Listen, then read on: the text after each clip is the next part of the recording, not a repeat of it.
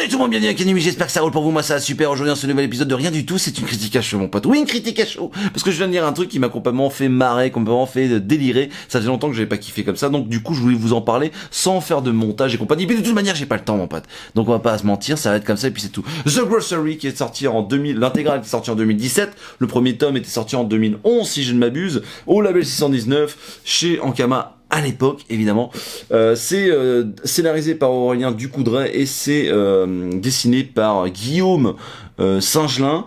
The Grocery qui veut dire l'épicerie tout simplement. Donc ça c'est une intégrale qui regroupe le tome 1, 2, 3 et 4. Il n'y a pas le tome 0, le tome 0 ça parle de l'origine d'un personnage je crois, c'est The 16, le petit là avec sa casquette rouge. Du coup il y a le tome 1, 2, 3, 4, donc il y a un début, une fin, donc ça c'est parfait. Ça pèse 1,5 kg, sans mentir, 1,5 kg, j'ai regardé. Et ça coûte 31,90 €. Donc, qu'est-ce que je peux vous dire sur The Grocery? Alors, The Grocery, déjà, ça veut dire l'épicerie, hein, tout simplement. Alors, pour commencer, déjà, je vais vous expliquer comment le projet a vu le jour, hein, parce que c'est quand même un petit miracle, si nous pouvons lire ça aujourd'hui. À la base, en fait, Guillaume Singelin était en stage chez Ankama, à l'époque, et griffonnait un petit peu des dessins à droite à gauche, qui a été repéré par Aurélien Ducoudray, qui tout simplement lui a dit si tu veux, moi je peux t'écrire 3-4 pages, j'aime bien le dessin, tu vois, il me parle quoi. Du coup, Guillaume Singelin il dit ouais carrément, ça marche, je vais faire un truc. Ils font le machin, ça cartonne, et là il y a un run qui passe et qui dit dis donc, c'est pas mal ça, faut pas lâcher ça, c'est cool. Et voilà, et c'est parti. Et du coup, Aurélien Ducoudray a dû dessiner scénariser pour 120 pages pour faire le premier tome. Voilà, c'est tout, c'est juste incroyable. C'est grâce au stage de Guillaume Singelin à Ankama et grâce à Run évidemment, le fameux, le grand, le beau. En tout cas, de quoi ça parle The Grocery? Ça parle tout simplement, on va dire, de Elliot et de son père qui arrive à Baltimore et qui son père débarque dans pour ouvrir une épicerie de quartier quoi. Et il débarque avec son fils à Baltimore. Voilà. Alors Elliot n'a pas de pote au début, il se fait un peu suer, il sait pas quoi faire, il a pas trop envie d'aider son père. En même temps, putain, je veux voir les dessins là, l'évolution de ouf qu'il y a eu depuis bon bref. Et du coup, il décide de se faire des copains.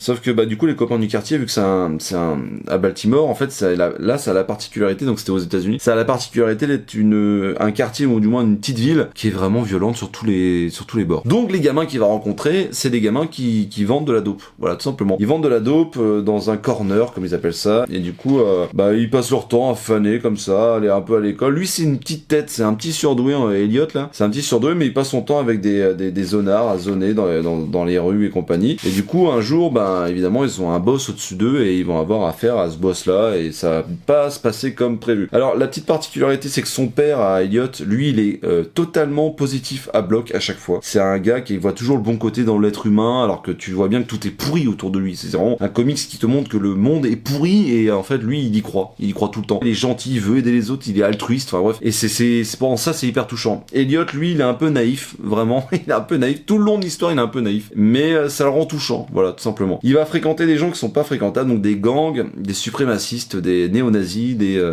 voilà, donc il va fréquenter tout ce genre de la white trash, enfin tous les caractéristiques, tout le cliché et le gratin et la lie, on va pas le gratin, la lie en fait des États-Unis. Il va le fréquenter. Alors les dessins, ça ressemble à ça, il faut aimer les dessins, c'est quand même vachement kawaii, un peu à la façon Happy Tree Friends, vous voyez. Donc les petits personnages mignons à qui il arrive des saloperies, et on va suivre donc cette bande de gamins là ça va partir en couille, hein, parce que vraiment entre le début, parce que là je viens de le finir, mais je peux vous dire, entre le début et la fin, il se passe 1500 trucs. Ça n'arrête pas. C'est un truc de malade. D'ailleurs, dans le récit, c'est un peu un problème. On voit que le mec se perd un petit peu au milieu parce j'ai l'impression qu'il se cherchait. Simplement, dans l'histoire, c'est le point négatif. Je trouve qu'il se cherchait, ça en met toujours un petit peu trop. En tout cas, bref, l'histoire t'as pas le temps de t'emmerder, ça c'est cool. On va suivre cette bande de gamins à qui va arriver des trucs de malade. Alors, il va y avoir des morts. Alors, même si c'est des enfants, il y a des morts, il y a de la torture, il y a des trucs horribles. Enfin, c'est tellement horrible que ça en devient marrant, si tu veux. Et on va suivre un gars Monsieur Washington, qui est un ancien militaire, qui revient d'une guerre, alors je crois que c'est l'Irak, mais je suis pas sûr. Il revient de l'armée et il arrive et il voit que sa baraque est à vendre et que il a travaillé pour mettre sa grand-mère à l'abri. Sauf que sa grand-mère, elle a été foutue dans un hospice pour vieux parce qu'en fait elle était laissée à elle-même. Donc du coup il va voir la banque ou je sais plus qui, un assureur qui lui dit non mais en fait vous avez des dettes en fait, parce que il dit non mais attendez, moi je reviens de la guerre, j'ai passé je sais plus combien d'années en guerre, j'ai tout mon argent est parti pour que ma grand-mère se mette bien et vous avez fait n'importe quoi avec ma thune, j'ai pas une seule thune quoi. Et du coup il va se faire péter la gueule. Enfin bref, lui c'est vraiment la chute. Monsieur Washington là, c'est la chute d'un homme qui part à la guerre, qui a des problèmes de PTSD, un plus ou moins, enfin moi je le sens comme ça en tout cas, qui se sent pas bien, qui se recherche, qui essaie de se retrouver, qui essaie d'aider les gens, mais à chaque fois il y a des horreurs qui lui arrivent, et il va croiser évidemment la vie de ces jeunes-là. Enfin c'est un petit peu comme un Pulp Fiction où il y a plusieurs situations, personnages et compagnie qui vont démarrer de façon individuelle et qui vont se recroiser. Et ça c'est hyper intéressant et c'est hyper bien amené. Par contre il faut s'accrocher parce que c'est vrai qu'il y a un moment où ça flotte un petit peu. Ça c'est vrai. Mais la fin, quand tu vois tout qui se croise, les mecs qui se côtoient, et pourquoi il a fait ça, et puis d'un coup, oh, en fait il est pas mort, enfin tu vois, c'est des trucs de malade quoi. Il y a énormément de morts. Je trouve que c'est un peu le fil conducteur de l'histoire. C'est quand même bourré de personnages. Mais bourré de personnages. C'est-à-dire que des antagonistes, des protagonistes, en veux-tu, en voilà.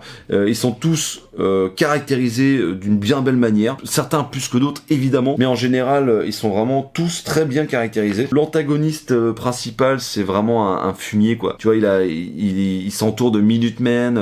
Il a des mecs qui sont très très proches de la Bible, dont un d'ailleurs qui est dans son groupe, qui arrête pas de balancer des versets comme ça dès qu'il y a une situation qui sonne très juste. Et du coup, c'est totalement flippant parce que le côté religieux pourrait carrément s'adapter à toute situation dégueulasse. Et c'est hyper bien amené. À chaque fois, il sort de la petite punchline qui va bien. C'est quelque chose qui est fait pour rendre un petit peu hommage au cinéma. Alors moi, j'y vois un peu de The Wire, j'y vois un petit peu de The Pulp Fiction, j'y vois beaucoup de Taxi Driver, j'y vois beaucoup de ce genre de film un petit peu borderline avec des personnages borderline parce que c'est très clairement ce que ça raconte. C'est horrible, il y a constamment des passages à tabac, il y a constamment du sang, des os, des boyaux, ça part en steak tout le temps. Le dessin, du coup, renforce le côté drôle, parce que ça peut pas être... c'est choquant. Il y a des situations choquantes avec des femmes enceintes, des trucs comme ça. Ça, c'est choquant. Dans les prisons et tout, avec les prisons pour les femmes, où tu vois comment elles s'en sortent et comment elles vont mettre au monde. Enfin, tu vois, c'est ultra chaud. Là, typiquement, il y a une nanette qu'on va suivre qui est amoureuse d'un mec d'un gang, qui va se faire tatouer la tronche avec un numéro, je crois que c'est le numéro 16, et qui va se faire tatouer la tronche. Et en fait, au moment où elle se fait tatouer, il y a les suprémacistes qui rasent le salon de tatouage avec des armes, en fait, à l'arme automatique,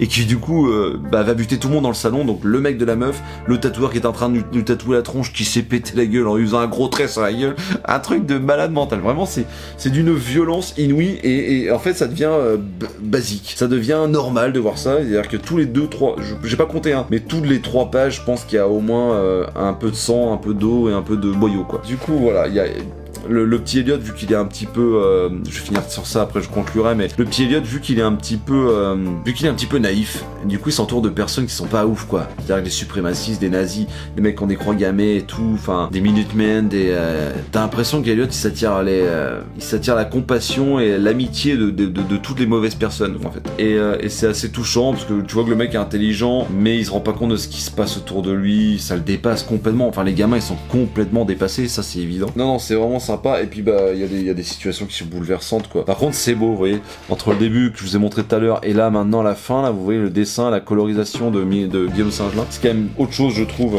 Sur la fin, il y a vraiment une montée en puissance. Le seul point négatif que je peux vous dire, c'est effectivement à un moment dans le récit, tu sens que ça stagne un petit peu. Le dessin du début pique franchement les yeux aussi. Guillaume Singelin, bon, il y avait cette petite patte, mais quand tu passes de ça au tout début à ça sur la fin, effectivement il y a un gap, et du coup c'est hyper intéressant. Peut-être qu'il y a des gens qui vont pas aimer parce qu'ils vont ouvrir les premières pages et ils vont dire ah non c'est pas mon style de... Mais je vous assure que si vous vous accrochez, la fin est quand même beaucoup plus quali, et ça c'est chouette. En plus la fin est touchante, on va pas se mentir, elle est même philosophique, alors que on t'a balancé plus de 440 pages dans la tronche de méchanceté et de violence. En plus c'est un bel objet pour un peu plus de 30 €, autant de pages, c'est cool.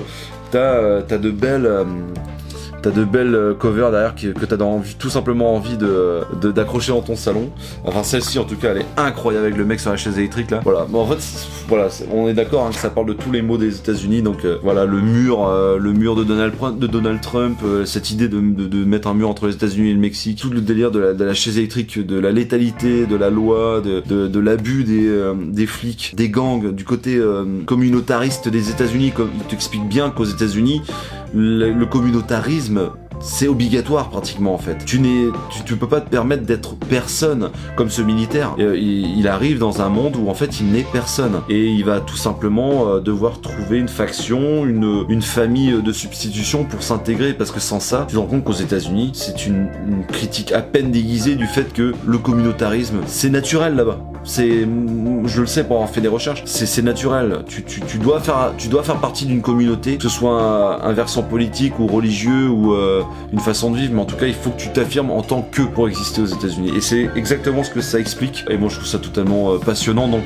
oui, je vous recommande de lire The Grocery, qui est une belle leçon pour voir un artiste évoluer, qui a beaucoup de belles choses à dire. C'est bourré de références, c'est du 619, donc marrant. Il y a des petits tutos sur une planche qui t'expliquent qu'est-ce que c'est qu'une banque, pourquoi les banques t'enfilent, tu vois. Enfin, tu sais, des petits témoignages un petit peu à la noix, en gaufrier, avec des gens qui sont là.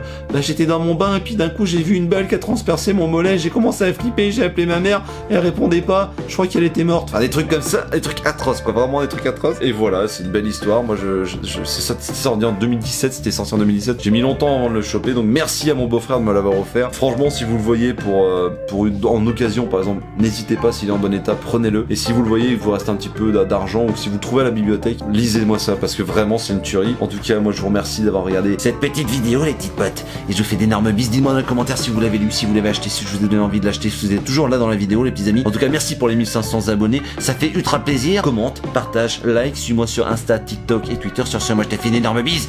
Bisous! Craché, non? Un petit peu.